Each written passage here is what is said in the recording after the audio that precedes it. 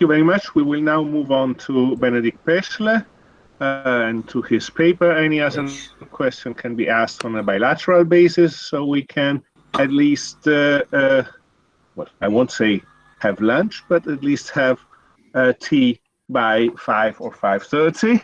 Thank you, Benedikt. Benedikt is a PhD student at SOAS, working on the Ahunavaiti Gatha, if I am not mistaken, and it's a Pahlavi translation, and will speak today on Western quotations in an old Pahlavi manuscript, that is M15, and the role of the learned priesthood in medieval Zoroastrianism. Thank you, Benedikt. The floor is yours. Thank you very much. First of all, can you hear me? And can you see my presentation already? Yes. Your presentation is just a bit small. That's the only thing. Let me give it a new try. I'm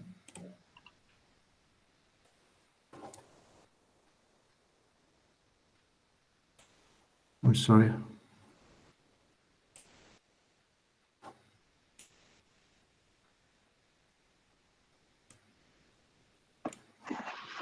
Let me try it again.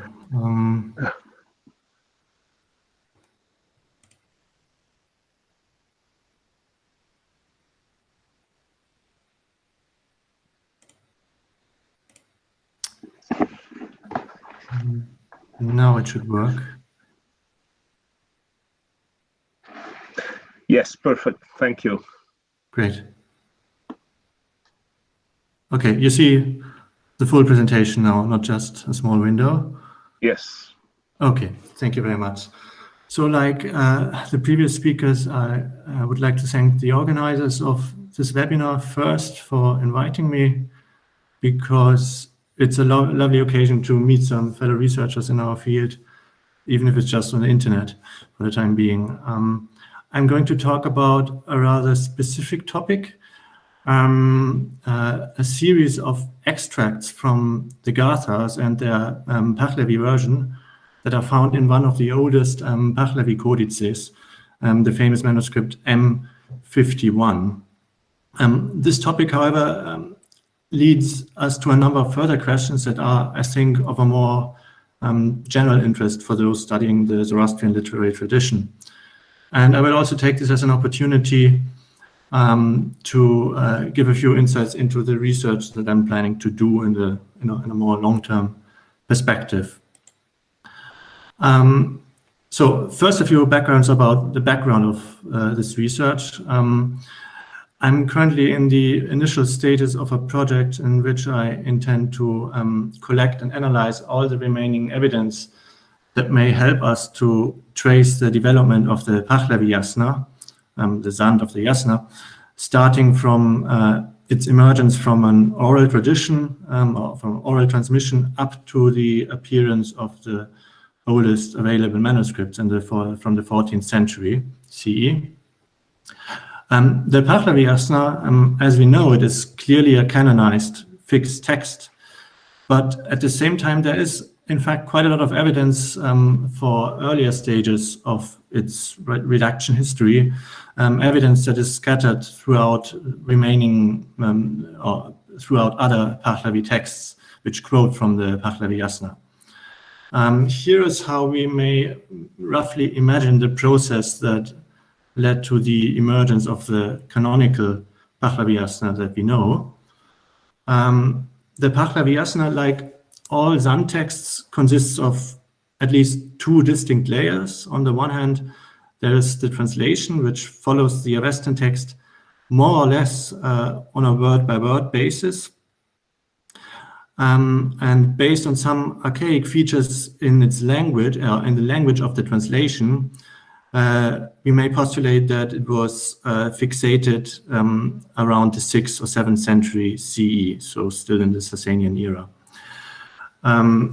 It is important to note that this was probably not a translation of the entire Yasna, but rather of some of the original nasks of the Sasanian Avesta, and from these nasks, the Pahlavi Yasna was later compiled. And besides the translation, there's a second layer, a multitude of glosses and brief explanatory comments that were interwoven with the translation. Various quotations from the Pahlavi Yasna that we find in other Pahlavi texts, as I said, do indicate that there once were alternative recensions of the translation that may have continued to float around until the 9th or 10th century, when most of the Pahlavi books were received their final redaction. Some of these quotations differ significantly from the translation that we find in the standard Pahlavi Yasna. The evidence for a greater variety in the transmission of the glosses and comments is even greater. I would suggest that the glosses and comments were at the earliest canonized in phase 3 on the slide. That means in the 11th century, when the late 10th century, early 11th century, when the first bilingual, that means Avestan plus Middle Persian manuscripts of the Yasna were created. 3 more centuries later, in the 14th century, our oldest manuscripts finally appear.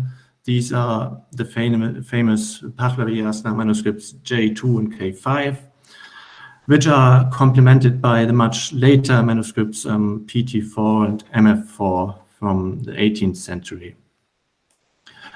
So here's an overview of some types of evidence that may help us to examine the history of the Pahlavi Yasna before the appearance of its manuscripts.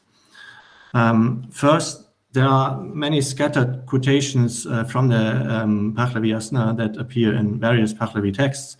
On the slide, you see a list of those texts which I have surveyed systematically until now and which do furnish interesting examples of quotations from the Pahlavi Yasna that deviate from the standard text in one way or another.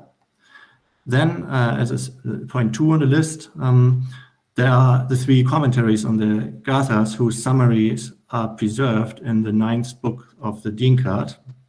And these contain numerous segments that run more or less parallel to the Pahlavi Yasna, or some version thereof, rather. And these may also be used to develop a clearer picture of the prehistory of the final redaction of the Pahlavi Yasna. Point 3, there are some extracts from the Pahlavi Yasna in the so-called miscellaneous codices K20 and M51. These are 2 of the oldest Pahlavi manuscripts that we have, both stemming from the 14th century. And of these, the Gatha extracts in M51 are particularly interesting because they constitute one of the most substantial portions of a transmission of the Pahlavi Yasna outside of the main manuscripts of the Pahlavi Yasna itself. And this finally brings me to the topic announced at the beginning of my talk. To talk about M51 and the Gatha excerpts that are contained in the manuscripts, I also need to introduce K20, and briefly because both of these so-called miscellaneous codices are very similar in type, and they also seem to be genealogically related. K20 is housed by the Royal Library in Copenhagen, was written not long after 1351 by an anonymous scribe in India, and it is at least partly based on 1 or more manuscripts written by the famous scribe Michaban Cagliostro, who also wrote the 2 oldest Pahlavi Yasna manuscripts. M51 was written slightly later in 1397 by Peschl Ram Kandin in Bharuch, India, and it's now found in the State Library in Munich. The 2 manuscripts contain about 20 and 30 distinct texts, respectively. I don't have time, of course, to talk about the structure of these interesting manuscripts in detail, but what I can point out is that their content clearly overlaps. Some major texts are contained in both manuscripts, including Adaviras Namak, Shayat Neshayat, and the Indian Bundahishan, among others. These structural similarities between K20 and M51 thus show that the core of the text collections that are contained in these manuscripts is in some way traditional and seems to go back to a common source. This is also confirmed by the colophons contained in both manuscripts. These indicate that at least the texts that are shared by both manuscripts can be traced back into the 13th century and possibly beyond. Both manuscripts, however, also contain various texts that are not shared by the other. Among these are certain extracts from the Yasna with its Pahlavi version. K20 contains full text of the Frau Ritihaiti, that is Yasna 1117 to 13:8, and a brief extract from Yasna 29. And M51 contains a sequence of roughly 23 excerpts taken from the Gathas and some surrounding younger Western texts, again together with a Pahlavi version.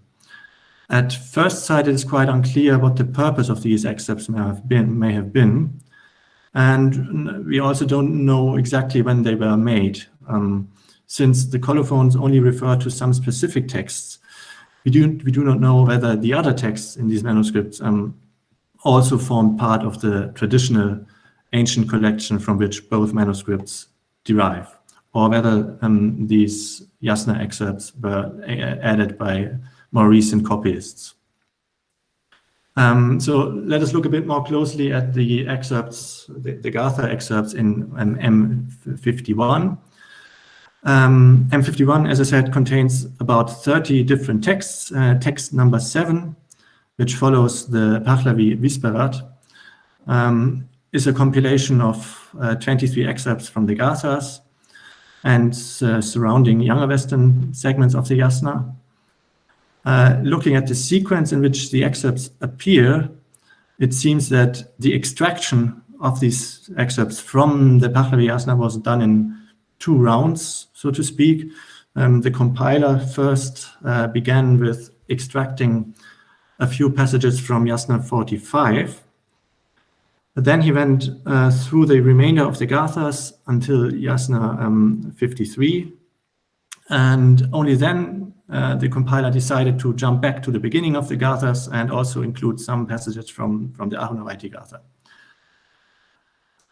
Here you can see a specimen of Peshodan Kamdin's beautiful handwriting. The picture shows his rendering of a verse line from Yasna 45. Notably, the sequence in which the Avestan and Pahlavi text is given in M51 sometimes deviates from the pattern that we are used to from the normal Pahlavi Yasna manuscripts. In the later, the Pahlavi text always follows the Avestan. In 51, by contrast, in some examples, the Pahlavi text is given first and the Avesta text only afterwards, following the phrase Avestak in ast. This is the Avesta. This is the Avesta version of the same. It is interesting to compare the Pahlavi text of the extracts in M51 with the text of the standard Pahlavi Yasna. I have compared both versions in some detail and I've arrived at the following conclusions. First of all, it needs to be stressed that there is considerable disagreement between the 2 versions. The extent of the disagreement, however, varies strongly depending on whether one looks at the translation or at the glosses and the comments. This means that at the time when the tradition contained in M51 split from the tradition of the standard Pahlavi Yasna, at that time the translation and the comments must still have been perceived as 2 clearly distinct categories which were transmitted with different degrees of flexibility. The translation in M51 corresponds very closely to the standard Pahlavi Yasna, although there are some signs of later manipulations. Most of the variation affects the comments and glosses. Occasionally, these seem to presuppose a generally distinct interpretation of the Avestan text. Sometimes a comment may be missing in one of the two versions and present in the other. More commonly, the content of the comments is roughly the same in both versions, but the outward appearance, the wording is different. So there may be differences in word order. One version may have a longer or shorter version of a given comment, or a comment may be inserted into the translation at different points in the text. Taking all this together, it seems that the Pahlavi Yasna and the Gatha excerpts in as given in M51 reflect two distinct redactions of the same commentary material. When both traditions split, it seems that the redactors still felt justified to reword, add to, or abbreviate the traditional commentary material if desired. Since the compilation of the Yasna excerpts in M51 is obviously important for the understanding of the redaction history of the Pahlavi Yasna as a whole, it would be great to have some indication as to when this compilation was created. And this brings us back to this simplified scheme of the prehistory of the Pahlavi Yasna, which we have seen on a previous slide. The question is, at what stage of the redaction history were the extracts in manuscript M51 probably made? I think we can safely exclude the period between stages 3 and 4, the time basically when M51 was compiled and later written. It seems unlikely that after the 11th century a copyist would still have been able to handle the glosses and comments so freely as we can see it in M51, and even to compose various new comments. Because the Pahlavi of M51, of the additional comments in M51 is essentially correct, and we know that Pahlavi texts that were composed at such a late point in time usually show a less correct stage of the language. I think we can also exclude a compilation in the late Sasanian period, around the same time when the translation was fixated. As is well known, most Pahlavi texts received their final redaction only in the 9th or 10th century, and it is difficult to imagine how such a collection of extracts from another text would have survived from such an early period, would have survived unchanged. So I would suggest that the Gatha excerpts in manuscript M51 were compiled during stage 1, or at the latest between stages, during stage 2, or at the latest between stages 2 and 3. As mentioned before, quotations from the Pahlavi Yasna and various 9th century Pahlavi books show that the tradition of the glosses and comments was still quite fluid at that time. And nevertheless, to support such a 9th or 10th century dating of the compilation, one would like to also develop a hypothesis as to the reason why this specific compilation was produced around that particular time. Sorry, go back once. So as I would like to show in the remainder of my talk, there's indeed a case to be made that the compilation that we see in M51 was produced with a specific goal in mind, maybe in the 9th century. I propose to assign each of the 23 excerpts to one of 4 types. Type 1 is represented by passages that emphasize the importance of the learned priesthood. Type 2 contains a number of excerpts which seem to relate to certain issues of debate that may have been discussed at the time when the compilation was made. Type 3 consists of various sayings of, or actually just two sayings of general advice, and type 3 are a number of framing segments that serve to conclude the entire compilation. I would argue that the examples of types 1, 2, and 3 actually can all be subsumed under one overarching topic, namely the importance of studying and teaching the Den, or particularly the Zand, and the importance of continuing to, the importance of preserving the knowledge, not only of the correct recitation of the Avesta, but also the knowledge of the content of the texts. Type 1 is, the examples in type 1 constitute clearly the largest groups. The largest group, I would assign roughly 13 examples to this group. I won't go through the list of topics in detail, but some of the topics addressed in these excerpts relate to the role of the Den as a source of all kinds of religious authority, the importance of devoting oneself to priestly schooling, the fact that a mantra that is spoken by a knowledgeable man is particularly effective, the fact that Ormuzd gave the Avesta and the Zand for men in order to do religious teaching, and several other similar topics.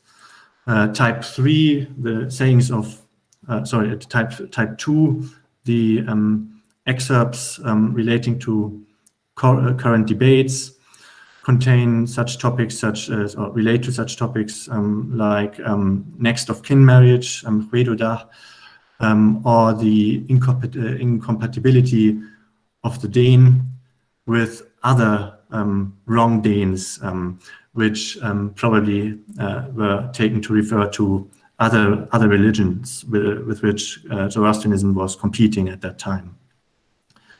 Type 3 is sayings of general advice. For example, Jasna, the quotation from Jasna 46:6 states that until if someone is uncertain how to act in a situation of doubt, it's always good to remember that until the restitution of the unaltered Den at the end of times, doing what is good to the deceitful means being deceitful oneself, and giving to the righteous means being righteous. And then there are a couple of passages which I would say are framing segments. These include the excerpts from Jasna 52 and 59, which are essentially blessings. Then Jasna 34:10, which speaks of the eventual defeat of Ahriman, and which may be taken as a kind of apotropaic passage to keep away evil. And Jasna 33:11 is a request for the success of a priest. And these framing segments tend to appear towards the end of the collection. So the conclusion of these observations is that the text number 7 in M51 is a well-defined text in itself, and although it consists entirely of quotations, it seems to follow some sort of coherent agenda, namely stressing the importance of the role of the learned priesthood, of the Herbets, and stressing how important it is to strive for genuine knowledge of the Deen and for passing on that knowledge. So I would like to conclude with a hypothesis regarding a possible historical scenario which might form the background against which the Gātha excerpts in M51 were compiled. The Dagestani Denik, a work composed by the 9th century Zoroastrian high priest Manuscript, repeatedly expands on a rivalry between scholar priests, who were called herberts at that time, and pure practicing priests, then called havishts. And this rivalry between these two types of professions basically concerned both their prestige among the community and the economic survival in difficult social circumstances. And at least in the 9th century, when the Dagestani Denik was written, this rivalry apparently was an important issue that dominated the Zoroastrian communities at the time. And instead of looking at the Dagestani Denik passages directly, I just take the liberty to quote Philip Kranenburg, who studied this problem in detail. In his entry on the term herbet in the Encyclopedia Iranica, we read that while in Sasanian times, society was evidently wealthy enough to support a considerable group of herbets, learned priests, for the sake of their scholarship and teaching activities, the impoverished Zoroastrian community of later times found it increasingly difficult to do so. We learned from the 9th century Dagestani Denik that there was an active rivalry between herbets and havishts, and the former group evidently supplemented their income by accepting commissions from laymen and by having rituals performed, arranged, and directed religious ceremonies without necessarily taking part in the performance. The Havish, on the other hand, were ritual priests. Their prestige was lower, but their experience of performing rituals was such that they felt capable of cutting out the middleman. Manuscript, the traditionalist author of the Dagestani Denik, frowned on such practices and pointed out that the herbet's status was indeed higher, and that since he had the knowledge of the Zand, he was better qualified to direct ceremonies. So my final and cautious conclusions are that the compilation of Gātha excerpts in M51 was produced by some scholar priest who wished to underline the importance of his profession by adducing evidence from the prestigious Gāthas, which were considered the words of Zarathustra, Ormazd, and other divine beings themselves. This compilation would then have been made around the 9th century, when there were still proper herbets available who were able to compose and redact Pahlavi texts, while at the same time their economic situation became increasingly problematic. The Gātha excerpts from M51 are therefore probably not derived from the tradition of the bilingual manuscripts of the Pahlavi Yasna, which was launched only slightly later. Rather, they seem to represent a line of transmission that is to some degree independent from the standard Pahlavi Yasna. So I thank you for your attention, and maybe there's still some time for questions. Otherwise, feel free to get in touch with me by email or in however you want. Thank you. Thank you very much, Benedikt, and thank you very much for this very interesting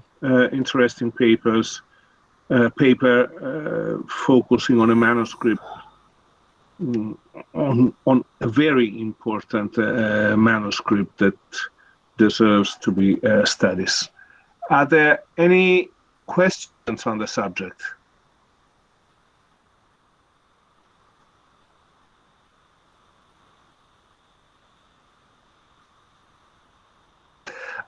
If there are no questions, may I ask you just a very short... Oh, sorry. Miguel. Please, Miguel. If you want to ask first, no problem. Yeah? My question was very general. It was only on the on whether you try to investigate also, or to see also what the Rivayat say about this? No, actually, I've not, but I'm aware of the fact that that would be something to do in the future. So right now, I'm just focusing on these three types of evidence that I mentioned in the talk: quotations from the Pahlavi Yasna in Pahlavi literature, excerpts from the Pahlavi Yasna in other manuscripts, and parallel passages between the Bendiktet 9 and the Pahlavi Yasna. But of course, there are other types of evidence, including also the Sanskrit Yasna, which Miguel mentioned earlier, because the Sanskrit Yasna also deviates occasionally deviates in the glosses and the comments that it introduces, and that may be due to it being based on slightly diverging recensions of the Pahlavi Yasna, diverging from the one that we know. But yeah, thank you. Thank you. Please, Miguel. Thank you very much, Benedikt, for your talk. Very interesting talk. Of course, there are many things we can comment there, but I will just focus on very concrete questions. One is how you interpret the position of these concrete quotations of the Gathas between other passages with Avestan text and Pahlavi translations. So first, before this, you have the Visperat with the Pahlavi translation in the same manuscript, and after that you have the Hadocht Nask with the Pahlavi translation, and also Yasht first and some other texts. So it's between, actually it's placed between the Arda Viraz Namak and the Shajist Neshajist. So do you think there is any reason for that, to include all these Avestan texts with Pahlavi translations in this concrete sequence, which of course apparently would be very weird? This is one very concrete thing. And the second is, do you really think, because of the material we have, that there was actually a canonization of the Pahlavi Yasna or even other Pahlavi translations in the 6th, 7th century? Because the fact that all our standard Yasna goes back to one single manuscript is, I think, perhaps too risky to say that there was a canonization of the Pahlavi Yasna if we can only trace our standard Pahlavi Yasna to one single manuscript. Because if you compare, of course, and you know, with other attestations in the Pahlavi literature, it is not so clear that there was only one single Pahlavi Yasna. Perhaps there were some more. What do you think about that? Yeah, let me first react to the second question, because yeah, I absolutely agree. I think that the concept of a canonical Pahlavi Yasna is almost an illusion. It's due to the fact that the transmission, the line of the transmission is so thin, and that all the manuscripts we have go back, most probably go back to a single source that is not older than the 11th century, maybe. And if we speak of a canonical Pahlavi Yasna,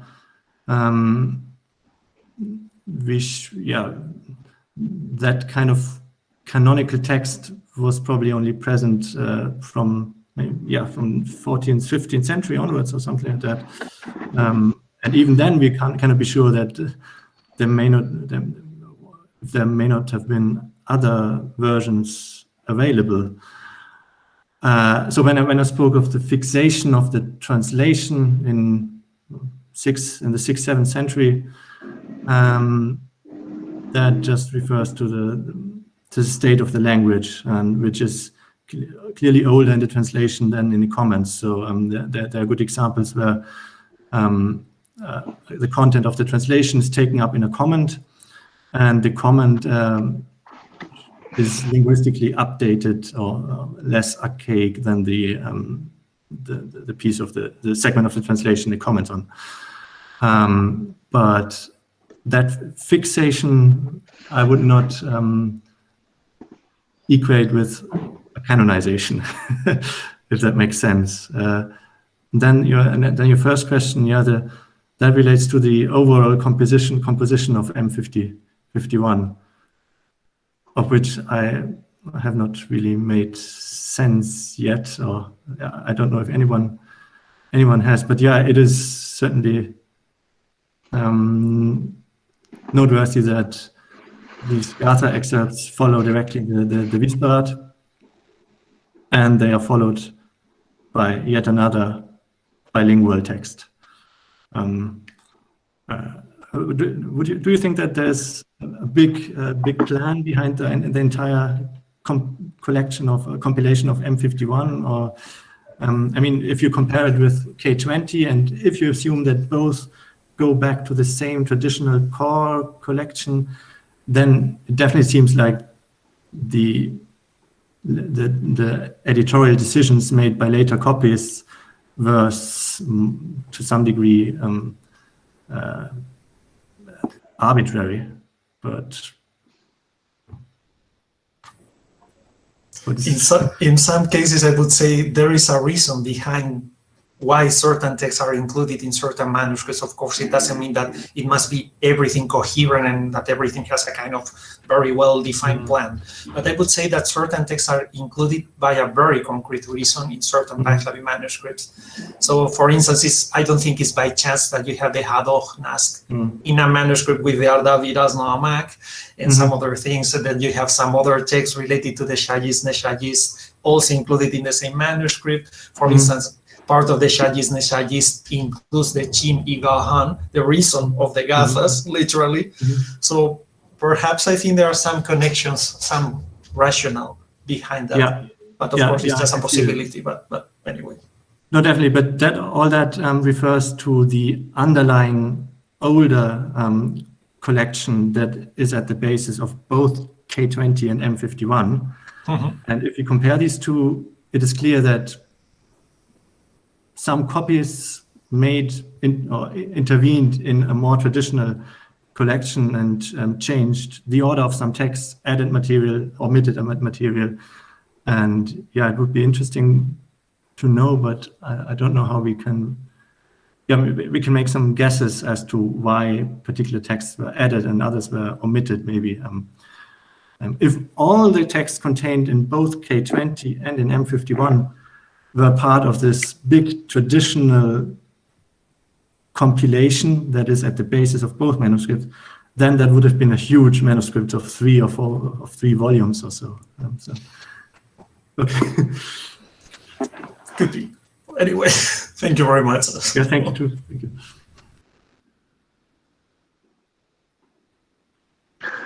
Thank you, Benedikt. Thank you, Miguel. I don't see any other question.